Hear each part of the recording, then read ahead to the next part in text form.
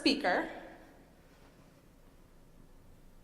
is Matt Mariglia. He's currently in his 4th year as the District Technology Integration Specialist for grades K through 12. He's at Starpoint Central School District in Lockport, New York. He is a 22-year veteran in education, spending 18 of those years teaching social studies at the middle school and high school levels. He's spent all 22 of those years at Starpoint. Starpoint has grown from a small, rural school district, which was back in the 1990s, to its current sprawling district complex with 4 connected buildings now. Population of almost 3,000 students, so he is the lone integrator in the district, and he serves over 300 teachers. He's a passion for infusing technology in classrooms, and he loves to help students learn in fun and engaging ways. So let's put our hands together for Matt.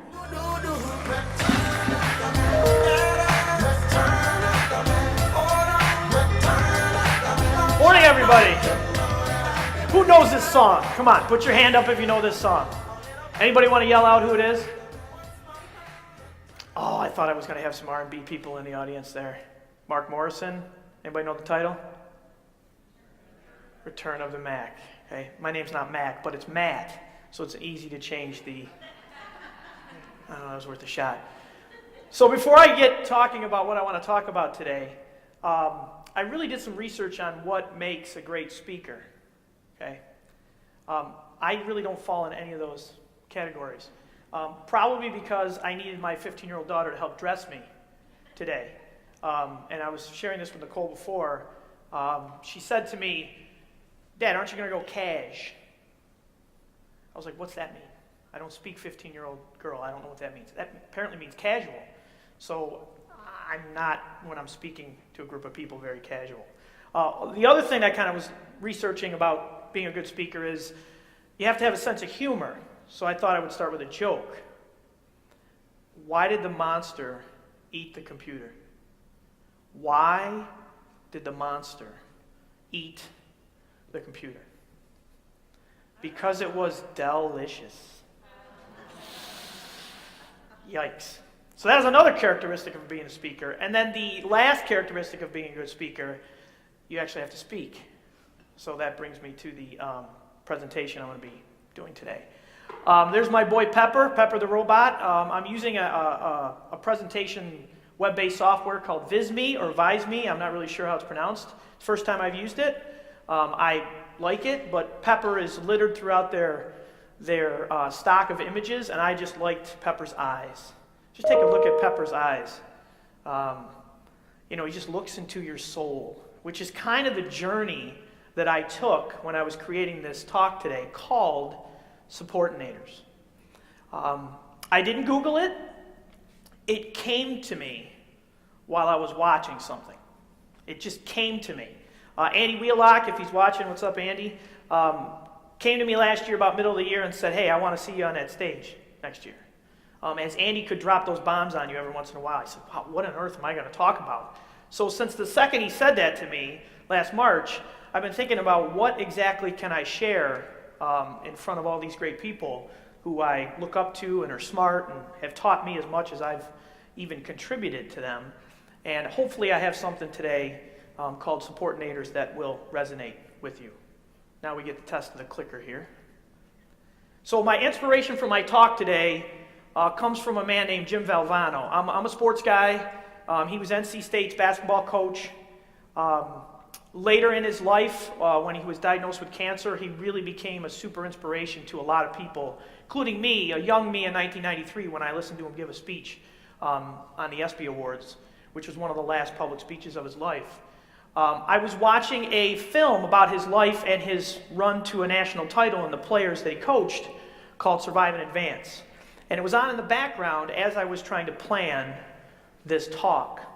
So his quotes and his, message is littered throughout this talk about Supportinators. So when you see these quotes, you know where they come from. I wanted to put this in, and if you have a chance, whether you're into sports or not, definitely something you should watch. It's inspirational, it'll bring tears to your eyes, and you'll really learn a lot about yourself as you watch it. So, the question that I kind of ask myself a lot in the job that I have is, who am I? I've been doing this job for 4 years, and the first year that I did it, I'm a TOSA, I'm a teacher out of the classroom, and I'm in a place where all the buildings are connected, and I had to learn a lot about what the job was. And what I thought people would call me was the technology integrator. Boy, was I wrong. So these are some of the things I've been called, and I've tried to run away from as I've done this job. I've been called a smartboard fixer. I've been called the website dude. Mr. Google has been said to me. For a brief time, the Chromebook police. If you can't find a Chromebook, I'm the guy with my secret badge that's going to find it for you. I hated that, okay? People thought I was an administrator. I'm not. Thought I worked with IT, which I do, and I know some IT stuff, but it's really not what I do. My two favorites, Sir Chats a lot, from my R&B roots, and Suit. Whenever I would walk into the high school, I had this one teacher that would say, Suit! Even if I didn't have a suit on. That was his nickname for an administrator, Suit. And I would say to him, hey, did you do this when the principal walks by? He goes, oh no, just you. I'm like, thanks, I appreciate that. The IT director nicknamed me Sir Chats a lot. He also calls me Chatty Cathy. I like Sir Chats a lot better, so I put it up there. He calls me that because every time he sees me, I'm talking to somebody. I'm talking to somebody. So early in me doing this talk, I really started to think, like, who exactly am I? And then I had to add a question for all of you. Who are you? In relation to your job, who are you really? Are you really what your title is? And what I'm finding out through this last 4-year journey is I'm not who my title is. Yes, am I a technology integrator? Yes, but that does not define what it is that I do every single day. It seems like every other week I add something to that title that I can't put on a business card. Okay? So what I've realized is I'm all of these things. If people see me as a quasi-admin, I am. If they see me as Mr. Google, I am. If they see me as someone who just talks to everybody, I am. I am, in the words of Batman, whatever my district or Gotham needs me to be, no matter what my title is. There's only one of me through 4 buildings, almost 300 teachers, another probably 100 staff members that I didn't know I was going to have to integrate, but I do. I'm all these things. My job is pliable and flexible. And as I started to think about this, I realized that there were so many others of us that have titles, but do more than those titles tell us we do. A lot more. And so the phrase supportinators popped into my head. I'm in a supportive role. Liaisons are in a supportive role. Coaches are in a supportive role. Tech integrators are in a supportive role. Directors are in a supportive role. There's so many people that are in supportive roles, but we haven't really classified. We classify teachers and administrators and secretaries, but we don't have a classification for what it is that we all do every day. So, come on, clicker. This is who I am. I support whatever I need at the time to support. And it might be Sir Chat's-a-lot support. It might just be me sitting with a teacher who's really struggling with a piece of technology and just needs a friendly ear to vent. I'm a supportinator. That's who I am. By nature, when I came out of the classroom, what did I do? Supported kids, supported curriculum, supported parents. That's what I do. I'm a service provider. That's what I am. By nature, when you go into education, that's what you want to be. You want to serve the students and the people that you work with. So that's who I am. So I've had a very deep conversation with myself to come to that realization. And I believe a lot of others of you sitting in this audience are those kinds of people. So, the next logical thing is once you realize what it is that you are, whether it matches your title or not, what's the qualities of somebody who's a subordinator? And this took me down the road of a lot of the personal stories that I have experienced in the 4 years of doing this job, and many of you might be able to, I guess, empathize with some of these stories that I'm about to tell you. So, first quality of a subordinator. Subordinators, whether they're liaisons, coaches, I'm going to say this a bunch of times, directors, whatever they are, qualities of subordinators, they turn everyday things that are everyday and normal to them into something special.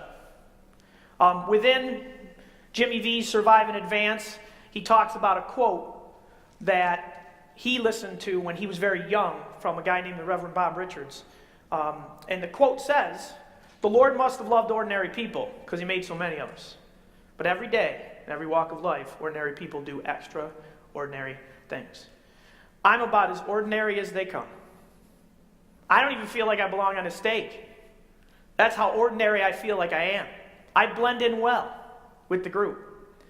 But throughout these 4 years of doing this job, as a subordinator, I have been able to, with a little bit of knowledge, turn something that was just an everyday occurrence to me into something special for somebody else. The question on the side is for you to think about as I'm telling you my own story. So I'm the one up here talking, and I'm telling you my story, but I want you to think about your own. Okay? When did you take an ordinary task that was ordinary to you and turn it into something very special for somebody else? I got to work with a 4th grade teacher named Sue, who was doing pen pal letters, an ordinary, everyday task that a lot of teachers do with other teachers. And she said to me, I got this email from this teacher that I've been doing pen pal letters back and forth with our 4th graders for 11 years, who wants to Skype with me or hang out with me. And she was not technically apt enough to understand what that meant. So I brought down a laptop, opened it up. She did not have a webcam. I had a laptop. We connected with her and put her on the screen. What I didn't know was that that was the first time they actually ever physically talked to one another or saw each other. And I happened to be in the room when it happened, which was a major event for her, a huge event for her. And she was not a person that feels very confident with technology. It went from an everyday experience of me just saying, here's how you use Google Hangouts or how you use Skype, to her meeting someone for the first time in 11 years, and then presenting what happened with me in front of a faculty group. It was an amazing thing. And luckily enough, I had my phone in my hand to capture the experience the first time she ever talked to this person from Illinois. That's Sue on the left. I wish I could know the name of the lady in the computer for this talk, but I don't. My favorite part about this picture is the girl staring back at me, who doesn't realize how special of a thing this is. Why is he taking a picture here? And you can see her setup. It's an everyday classroom. There's tons of things on the walls. There's papers in that. And there's Sue, just smiling. So in my subordinator role, I was able to turn something that was just everyday to me, doing a Google Hangout, which I do multiple times a week, to something for her that she'll never, ever forget. I still call it my favorite moment as an integrator in 4 years, to see almost tears in her eyes meeting someone for the first time. They were screaming at each other. It was great. So subordinators do that. They take the ordinary and they make it extraordinary. Here's something else subordinators do. They take unwanted things and they make them purpose-driven. They take unwanted things and make them purpose-driven. I was really happy when I could use this slide background that had a recycling bin sitting there. And here's Jimmy V's quote. How do you go from where you are to where you want to be? I think you have to have an enthusiasm for life. You have to have a dream, a goal, and you have to be willing to work for it. In our role as subordinators, whether they be integrators, coaches, liaisons, whatever they are, sometimes there are things that come to us that are not wanted. And we like to say things like, that's not my job. That's not under my title. That's somebody else's thing to do. But nonetheless, because of our talents as supportnators, those things come to us. Here's the thing that came to me that I did not want it. Our school's website. I felt as my role as a technology integrator, my role was to help teachers make their websites as best as they could be. Interactive, they would get hits on them, parents could see them, great information, set up nicely. I never thought that my district would come to me as a technology integrator and say, our website that we have right now is going away, the company's changing, we have to move everything over to another one, you're the guy that's going to do it. And it came to me. In a 10-month to 12-month time frame, I had to build, with a project manager from Blackboard, a brand new school website. Now granted, Blackboard does a lot of the work for you. Mapping a website from scratch, has anybody ever done that? Okay? I was not put on this earth to sit in an office for 2 hours a day and look at a spreadsheet and click on every link that ever existed on StarPoint's website. It was a nightmare. And I know that I said the words, not my job. I know I walked into my boss's office and said, help me, please. I can't integrate because I'm spending all my time on the phone with Blackboard. Please, give me someone else. Help me, help me, help me, help me. It was an unwanted thing that I did not want to do. As I was doing it, and even after now, it became purpose-driven. It became something that was a goal of mine. And at the bottom there under purpose-driven, the website experts is what I'll call them. They are people just like you and I who worked in my district, who helped me, who I met with on a weekly basis and gave them things to do even though I wasn't their boss. I was just a supportnator who came through like crazy for me. We developed a brand new style of PD in our district called bunker style PD, where we all sat in a bunker together answering questions from 300 teachers digitally as they were all being trained remotely. And Andy Wheelock was telling him a story about it, and he asked me to present it at NICEGate, which is crazy. We developed a best practices training as a group. And I sat with secretaries, personnel directors, athletic secretaries. I sat and met and got to know people that I would have never had a chance to if this unwanted thing didn't come my way. And it's allowed me to form relationships with people that I will never forget. Okay? There's the website. If you go to starpointcsd.org, you're not going to find the best website in the world. I'll warn you ahead of time. But what's more important to me than my baby is those people underneath. Those are the people that help me. And I told them before I was giving this talk today that they were going to be part of it. They were part of the inspiration for it. These are relationships that I will never be able to replace. And I would not have if it wasn't for the website project that came my way. Superintendent Secretary Dorothy on the far left, Rich Vittori, who's a 6th grade teacher, kind of looking up to the sky, one of the most technical guys I know. Mike and Shana, who teach 21st century skills in the elementary buildings of Starpoint.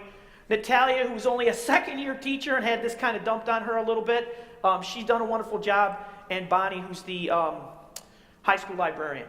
Weekly meetings with these. And they listened to me, and they were my therapy, and they were my rock as I went through this. All from an unwanted project. And I've developed trainings based on the best way to build websites only because I went through this. So if you're a supportnator sitting out there, when did you get a project that you didn't want and it turned into something that became more than you ever thought it would? So supportnators do that. The last 2 things I'm going to share with you are probably the most important inequalities of a job that's supportive or a supportnator. I've also found out in this job over the 4 years that I get a chance to build bridges, not gaps, between groups. I'm the one guy who is known throughout the district. And I'm not saying that with an ego, like I'm known. I'm known. I'm kind of a big deal. Okay, my Ron Burgundy. I don't know if you know me or not. I'm kind of a big deal. Okay? Jimmy V puts it perfectly. I set out very calculatedly to become known. The only thing I maybe miscalculated was how easy it would be. I didn't realize it as I walked around the district that my face would be known and that people would ask me questions about things that I didn't think they would ever ask me about. So I've gotten a very intimate knowledge of my school district in these 4 years K to 12, and central office. So, as I was thinking about this quality, I thought, I'm going to find an organizational chart, because I'm type A, and I'm going to find a spot on that chart where a supportinator should go, where a liaison should go, where a coach should go. So that was the first org chart I looked at. I went into Google and I typed in org chart. I tried to find one that didn't have names. I couldn't fit myself in there. I couldn't find a spot where I belonged. I even looked over on the left-hand side where it says Assistant Superintendent for Curriculum, Instruction, and Technology. And I didn't even feel comfortable putting myself there. So when I got to this and I saw it, and I said, man, supportinators don't fit here. I need to make my own org chart for supportinators. So that's what I did. Here is my supportinator org chart. It is not a perfect thing. I'm sure you could find holes in it. It's very loose, very unstructured. It's a Venn diagram. There's me in the middle, and maybe some of you see yourselves in the middle, and I try to put instructional on one side and non-instructional on the other. And as I made this, I started to think about the ways in which I was on one side of the chart, and I connected somebody from one side to somebody on the other. Example, parents. I call parents part of the instructional world. I don't know if all of you do. I do. It's the most important instruction is when kids go home. I had a PTA president that said to me, new website. I need to make a page. Great. Made the page. We want to do some online stuff with billing and, people can join our PTA through online membership. How do we put it on a website? Can we use a Chromebook? Questions that myself as a technology integrator, I needed help to answer. So I crossed the chart and went over to IT. It said we got some PTA parents that want some accounts so they can work on Chromebooks and get parents involved or other parents involved and teachers joining. I connected the IT staff with parents. I connect the students with building administrators all the time. Working with a group of kids and they might ask me a question about the Wi-Fi or about the Chromebooks or when are we getting more? And I say, hey, how about you put something in a nicely written whatever, letter, email, and I'll pass it on to an admin, and sometimes admins and students have conversations that way. I'm building bridges between groups. Think about it in your jobs. If you have supportinator-like jobs, how many times you've had to take two groups of people that might have been in far different ends of the world and brought them together. I still sit in meetings today that sometimes I don't feel I should be in, but then I'll speak up and say, well, I know her because I've helped her or supported her, and this is what she needs. I know that IT does this. Can we bring them together? So this is my org chart. I'm probably going to get to a point where I print this out and put it up on my wall because this is what I do. I connect groups all the time. The last thing, most important thing that supportinator type people do, they believe. And if you're wondering, yes, that's me at the beach. No, that's not me at the beach. Beach. I'd like that you paused and believed, even though a lot of you don't know me. That was great. My favorite all-time Jimmy V quote. My father gave me the greatest gift anyone can give another. He believed in me. I believe this is the thing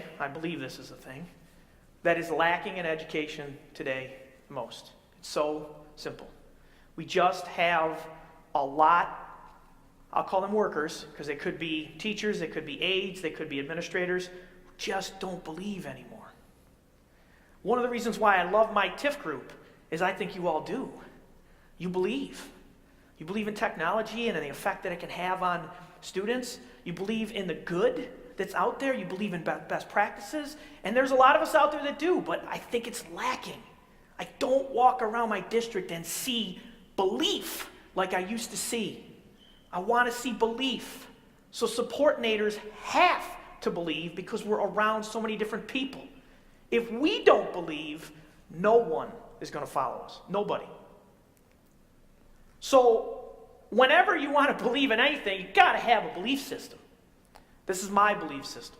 I'm hoping many of you sitting here and listening to me, it's yours. I hope and pray that people that are leading our educational institutions have this belief system. But I'm worried. So I believe in tech integration. Taking a piece of technology and integrating in a curriculum in a way that infuses passion and love of learning and excitement from both teacher and student. But what do I see sometimes? Tech consumption. Just give the kid a Chromebook and everything will be fine. Just give the kid an iPad. We'll get 100 iPads. And then I'm the little guy over in the corner. What are kids going to do with those things? Okay? Tech consumption, and you must have stories in your own district where you've purchased things and they're sitting on a shelf somewhere. Okay? Integration is more important than consumption. Supportnators also believe in sharing. They share what they do. That's why I love Google so much. They share what they do. They're not afraid of sharing something with somebody who's going to take it to the next level and then beat them. Competition is out. We're all in it for kids. Supportnators have to be in it for kids. So sharing is just super important. Supportnators also believe in people. We've all worked, if we're in a supportnator role, with the teacher that makes us crazy. Think to yourself that moment. You still have to believe in that person. You still have to believe in that person, even though you come home and you start punching a pillow and kicking your dog. Well, maybe you don't want to do that, okay? You still, that's the frustrating part. But you still got to say, I believe that I can find a way through to do it, okay? And because we spend all our time maybe believing in people, we got to get away from scores. They'll take care of themselves. One of the best things I ever heard from a coach was, if we do what we're supposed to in practice and we work hard, the score will take care of itself. And when I coached, that's what I thought about. The score will take care of itself if we do what we're supposed to. Rankings and test scores have overtaken the educational world, and we're forgetting about the people that we put in place to teach the kids. The scores will take care of themselves. Everybody's got their unique battle. So scores are out, people are in. If you believe in people, like I do as a supportnator, got to believe in relationships. When you're sitting and integrating somebody and somebody wants to tell you a story about the 3-year-old kid who just puked on their shoe that morning, listen to it. Listen to it. And be sincere about listening to it. Even if it's something you don't want to hear, listen to it. That will build that relationship with that person. And they won't see you as someone who's just trying to advance their career. I think about it of a bunch of people at the bottom of a mountain. They're all going to climb the mountain together. There's 2 ways up. Together, or you're stepping on each other to get up there. Relationships are about moving up that mountain together. It's going to be much more fun when you get to that peak with a group than it would be if you stepped over them to get to the peak first. And the last thing in the belief system of a supportnator, authority. I stole this right from Stephen Covey. Stephen, if you're watching, this is you. Okay? You'll be watching from up there, though, not on the earth here. Stephen Covey says, and I'll paraphrase, formal authority without moral authority will cause an organization to fail. There will be no success. Which means that if somebody has a title, if you're a supportnator that says, I'm the technology integrator, people aren't going to follow you because you have that title. They'll follow you if they believe that you really believe in what you're doing and you're doing the right thing. If they believe you as a good person and you really got their best interests in mind, they'll follow you along with your title. People that do things out of fear don't do them as well as people who do things out of, hey, I really want to help this guy out and do what I can to be the best I can. So moral authority, I think, in supportnator roles is super important. When you're supporting other people, you got to be a good person. I hope I've gotten there. I hope I've gotten there as a good person. But when I work with someone, I want someone to feel comfortable with me as a supportnator that says, hey, this guy's a good guy. He really wants to help me. I don't bring my baggage into those rooms. I don't bring my anger into those rooms. I want people to follow me, not because of my title or my formal title. I want people to follow me because they think I know what I'm doing and I'm a good guy. I think those things are lacking a little bit in our belief system in schools today. So, I have some questions for you now. Are you a supportnator? Based on the things I've talked to you about this morning, are you a supportnator? If you're sitting there saying, well, I don't know if I really am in this role or in that spot yet. Do you know somebody that's like that? They're out there. When I go places, I meet coaches and liaisons and integrators and trying to think of all the other titles, directors and assistants and all these things. If you know them, please help them. Lastly, if you're sitting in the audience today or listening to this later and you are an administrator, do you manage subordinators? They need your help. They need you to listen to them because they have a tough job. I don't know too many people in the world that get handed, 100 carts of Chromebooks and say, by the way, every kid should know how to use this and the teachers too. Good luck. It's a hard job. It's not an easy job managing personalities and students and that. So if you're someone who manages or looks over subordinators, please help them. Jimmy V hits the nail on the head again. It's important to know where you are. Got to know where you are. If you don't know where you are, you don't know where you want to be. And I now am putting this talk together and doing this job for the last 4 years. I know where I am. I know what my role is. I know what I'm supposed to do. There's the qualities all together on a slide with Pepper the robot without anything with it. Yes, I'm a supportinator, so are you. But those are things I think everybody in education should do. Every day. This is my goal list. Putting this together over the last 3 or 4 months, this is what I strive to do every day. Does it happen every day? No. But there is one thing out of that list that I can do every day. That's the bottom one. Believe. I have to believe that what I'm doing is making a difference. Have to. When you come to work and you don't do that, man, it makes for a miserable life. I don't know about you. I love my job. Love where I work. Love the people I see. And they see that in me every day, I hope. I really hope. That's all I got for you this morning. Thank you very much.